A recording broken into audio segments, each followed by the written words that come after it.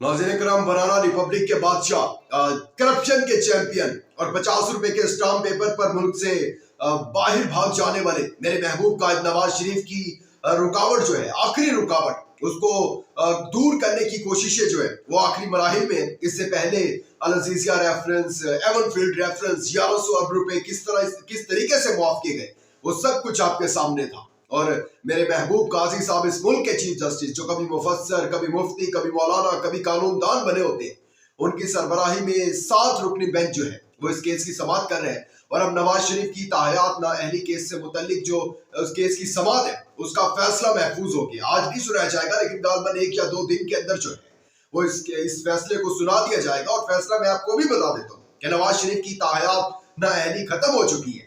और उसके बाद जो है इस केस से जहांगीर तरीन को भी फायदा हुआ है। यानी कि एक बात याद रखिएगा कि अब अगले 50 साल तक जो है कोई भी जज, नवाज शरीफ जैसा कोई भी आया, जरदारी साहब जैसा कोई भी आया, उसके खिलाफ फैसला देने से पहले 100 दफा सोचेगा। जिस तरह वो क्योंकि इनके ये अल अजीजिया, एवन फील्ड रेफरेंस, 1100 अरब रुपए किस तरह मुआफ हुए, क्योंकि मुदई जो था नैब, उसने सरेंडर कर दिया। हुकूमत पाकिस्तान थी, उसने सरेंडर कर दिया कि भाई हमसे गलती हो गई थी। नवाज शरीफ जो है वो पाक, साफ और शफाफ है। और जब मुदई सरेंडर कर दे तो फिर मुलजिम तो ऐश है, वो तो फिर ऐश में, उसका तो कुछ नहीं हो सकता। इसके साथ साथ मैं पहले भी बात कर चुका हूँ इसके ऊपर कि पीटीआई बुकला जो है वो कानूनदान से ज्यादा अब सियासत की तरफ आ रहे हैं। और इनके दरमियान एक फड्डा जो है वो कशीदा जो है हो गया। और ये बहुत नुकसान देगा पाकिस्तान तहरीक इंसाफ को इस वक्त में कि जब पाकिस्तान तहरीक इंसाफ की जो दीवारें हैं वो तकरीबन टूट चुकी हैं। और इसके साथ साथ इमरान खान ने बड़े गुस्से का इजहार किया इलेक्शन कमीशन में इमरान के साथ, उस हवाले से भी आपको बताते हैं। लेकिन आगे बढ़ने से पहले चैनल को सब्सक्राइब करके शुक्रिया का मौका दीजिएगा, वीडियो को लाइक और शेयर लाजमी कीजिएगा।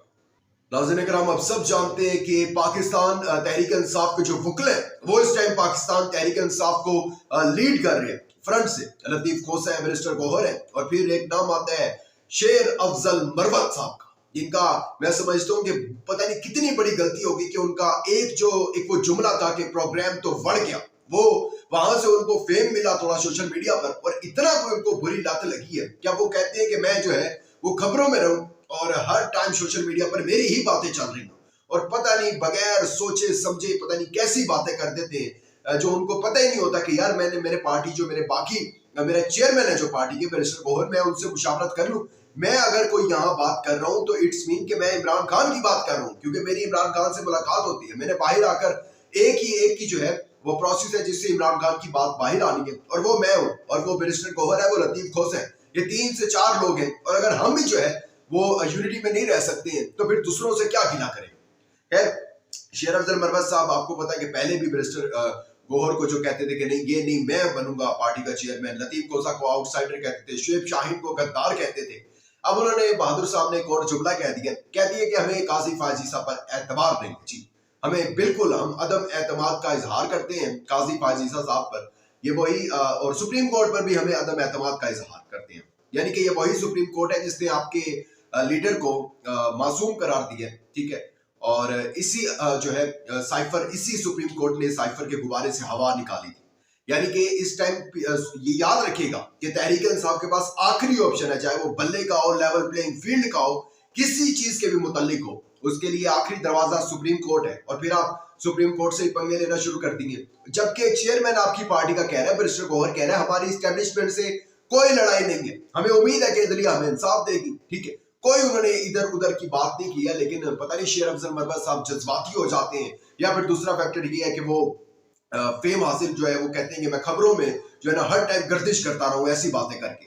लिहाजा इस चीज को देखना होगा कि आपस में बैठ के जब 3 या 4 आप सीनियर वुकले और आप भी लीड कर रहे हैं, और आपका चेयरमैन पार्टी का कुछ और कह रहा है, आप कोई और बयान दे रहे हैं, तो इससे क्या होगा कि एक तजाद पैदा होगा। खैर, इस पर बैठकर बात करनी चाहिए तहरीक इंसाफ को कि ऐसे वक्त में एटलीस्ट जो है इस तरह के बयान जो है वो इनकी अपनी पार्टी को नुकसान देंगे और इमरान खान साहब को नुकसान देंगे। मेजर सियासतदान छोड़ गए हैं, खान साहब जेल में है, पार्टी को आप लीड कर रहे हैं और आप फिर ऐसे बयान दें, इस पर अफसोस के अलावा कुछ नहीं कहा जा सकता। इमरान खान साहब जो है उन्होंने भी बड़े गुस्से का इजहार किया। इलेक्शन कमीशन जो है वो फर्द जुर्म आयद करने गया था तौहीनी इलेक्शन कमीशन केस में इमरान खान और फवाद चौधरी पर। ये उस दिन की कहानी आपको बता रहा हूँ।